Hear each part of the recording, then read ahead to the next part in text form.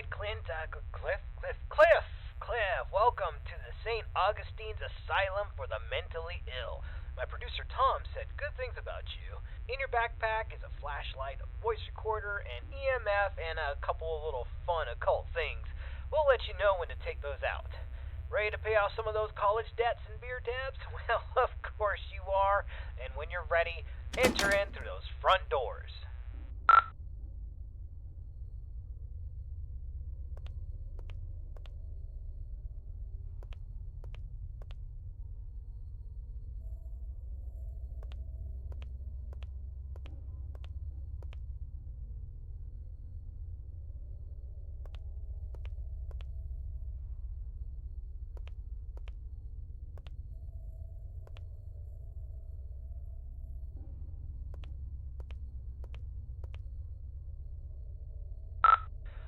I know it's kind of weird, but I really like that picture frame. When you're done, can you bring that with you?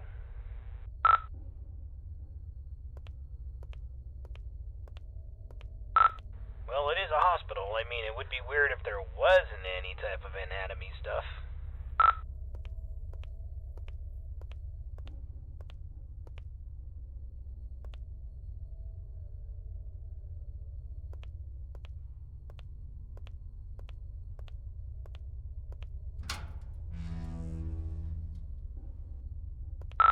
Nice, the door was unlocked. It can get a little sticky sometimes. So, here's the story behind St. Augustine's Asylum for the Mentally Ill. It was founded in the 1880s, closed in the 1960s, and a lot of nasty stuff happened here. I mean, this place is only supposed to house around 500 patients, but at its peak, it was around 3,300 patients in here. I mean, the place was, less of a hospital and more of a place where you dropped your problems off and hoped they disappeared.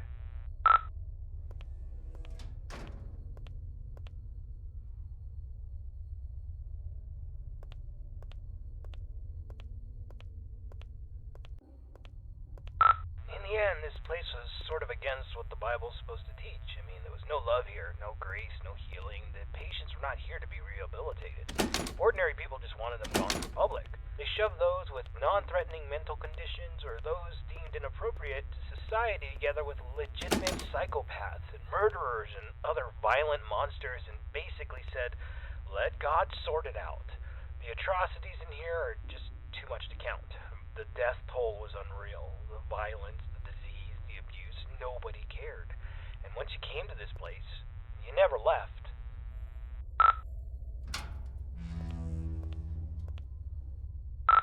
This is where the 100 hallways patients would convene, and we heard that the patients pre-1920 actually received decent care. Then the war hit, the depression hit, and then the budgets all fell apart. The room you stand in once healed 20 patients in need of attention, and by the end, 150 patients would pass through this room, naked, starving, attacking each other at random, flaying themselves with metal wires from their beds. Be careful where you step.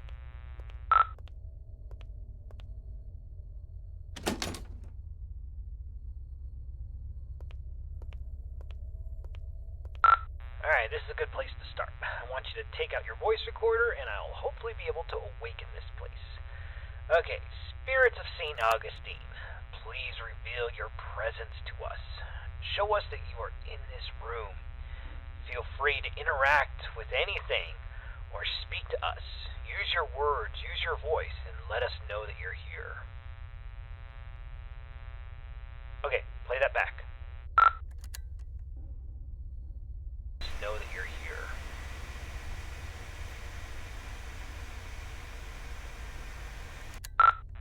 Nothing. Alright, let's try that again.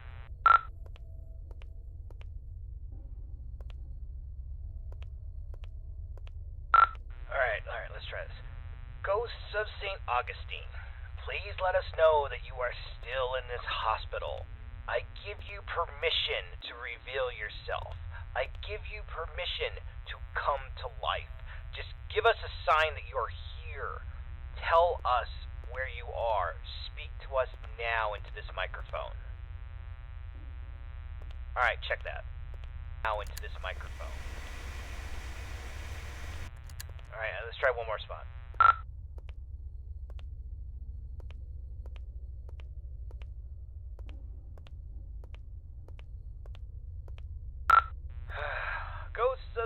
Augustine, you're all a bunch of ghoulish pricks. Show up or piss off.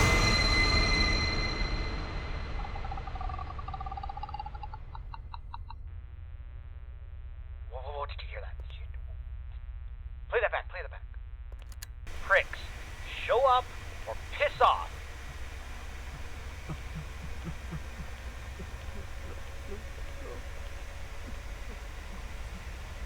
Oh, all right. Looks like we got an investigation. All right, I want you to go down the morgue hallway, and we're going to continue our investigation in the other gathering area.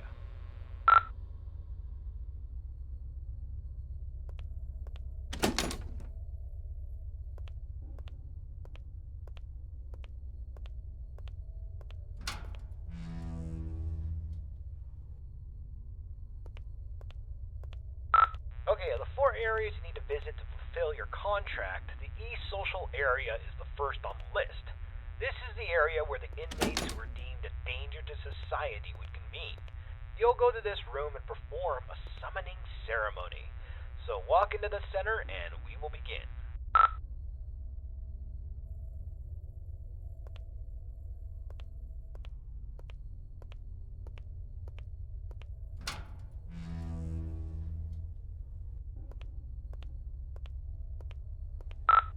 Entrance to patient cells 200 to 219.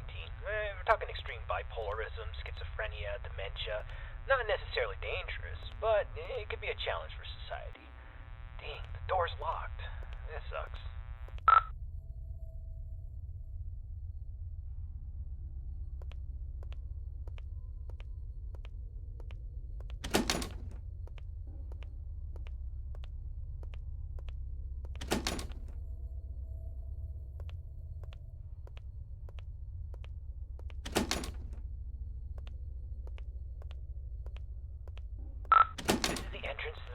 Cells 220 to 240.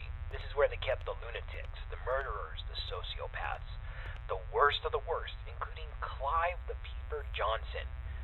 You'd think he would be a pervert with a nickname the Peeper, but the truth is far worse. He was extremely manipulative and very intelligent. He was a murderer and a maimer. Most of his victims could never identify him because he managed to convince them to gouge their own eyes out with metal wires and even their own fingernails. He came here due to legal loopholes, and when the facility went off the rails and the doctor stopped caring, he jumped into action. The patients who didn't listen were tortured, and the ones who did wandered around the facility, blind, screaming, and in constant fear. This door's locked too. Let's just start the ceremony.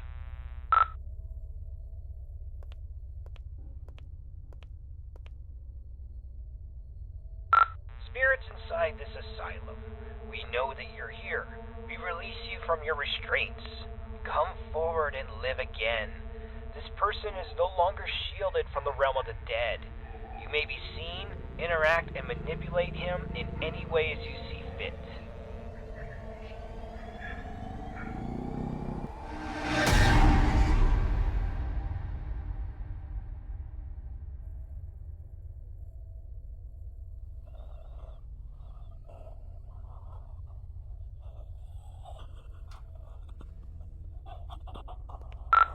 Don't just stand there. Go check it out.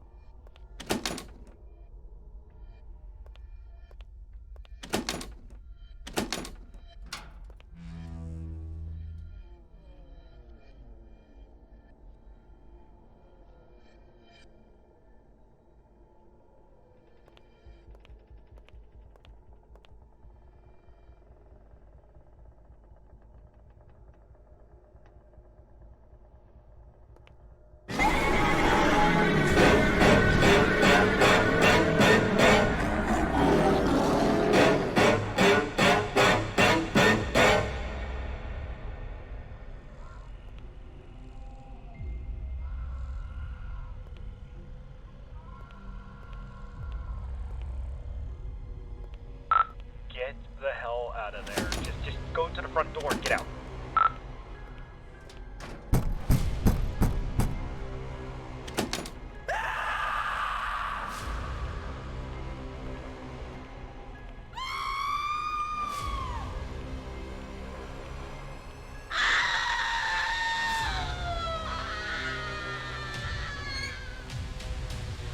Alright, get out of this hallway and then take your second right.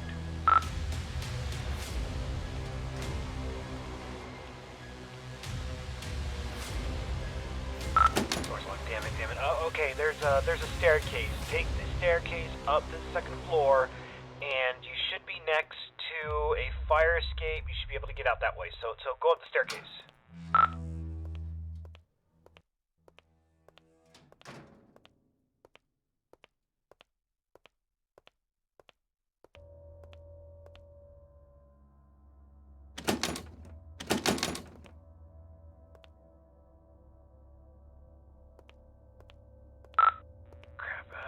Okay, we need to. Let's go get something to pry this door open. Go back downstairs. I bet you there was something downstairs we could probably use. Hold on.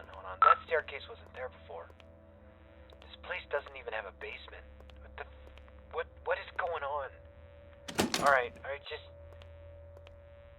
I don't think you got any other choice. I think you gotta make your way downstairs.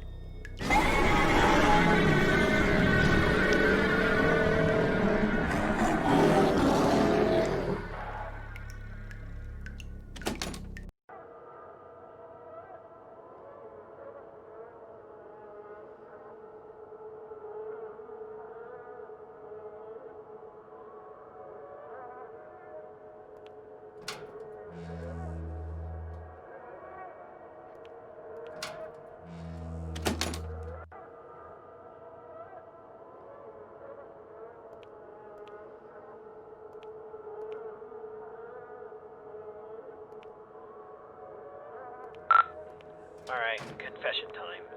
It's about the eyes. I kind of had this from you. There's an urban legend, and I repeat, it's an urban legend about the peeper Clive Johnson. You see, there was a patient who suffered from dementia and swore that Clive was more than just a mere man, and he would kind of haunt this patient all throughout the day. Rampant hallucinations that progressively got worse, but at night he never saw the peeper. Then he discovered that if he closed his eyes, he could escape Clive, but whenever he opened them, Clive would be there, waiting for him and getting closer and closer. Eventually, the patient used a fork and he blinded himself. And while he was soaked in his blood from his sockets, he screamed to the entire hospital that he was free, he was safe. And a week later, 2 more patients charged Clive with stalking them, even though he was confined to solitary. I mean, it's crazy. They took their eyesights too. This pattern didn't stop. I thought it was BS, but based on what we've seen tonight, I'll pretty much believe anything. So, try to get the hell out of there, and if it gets too intense, try to shut your eyes.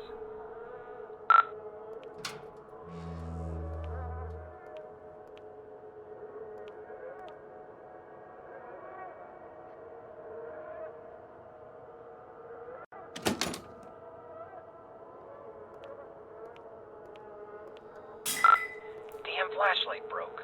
I can't use that anymore.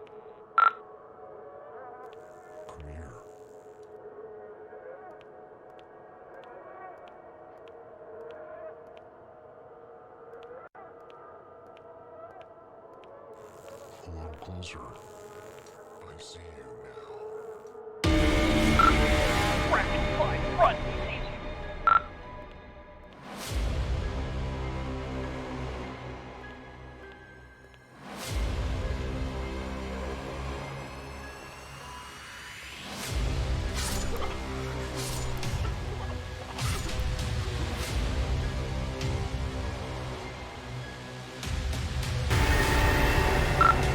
Ignore them, run!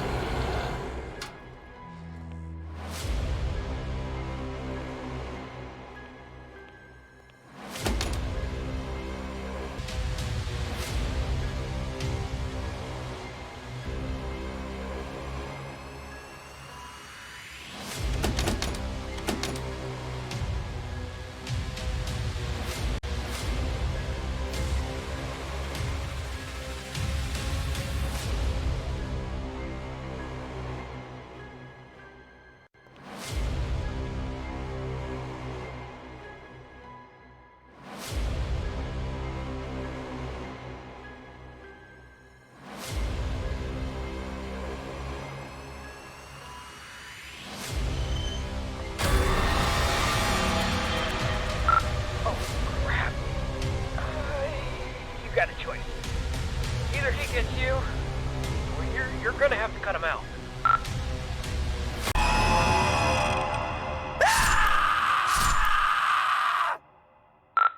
Holy crap, man. I can't believe you just did that. You freaking gouged your eyes out with a scalpel. Are you alright? I know you're not. Holy crap. Alright, we're getting a picture from your camera. Bad news is it's pitch black. There's no light. Your room, there's nothing I could see. The flashlight went out, and we don't even know where you are. I'm not going in there. Are you going in there? I'm not going in there. Hell no. Look,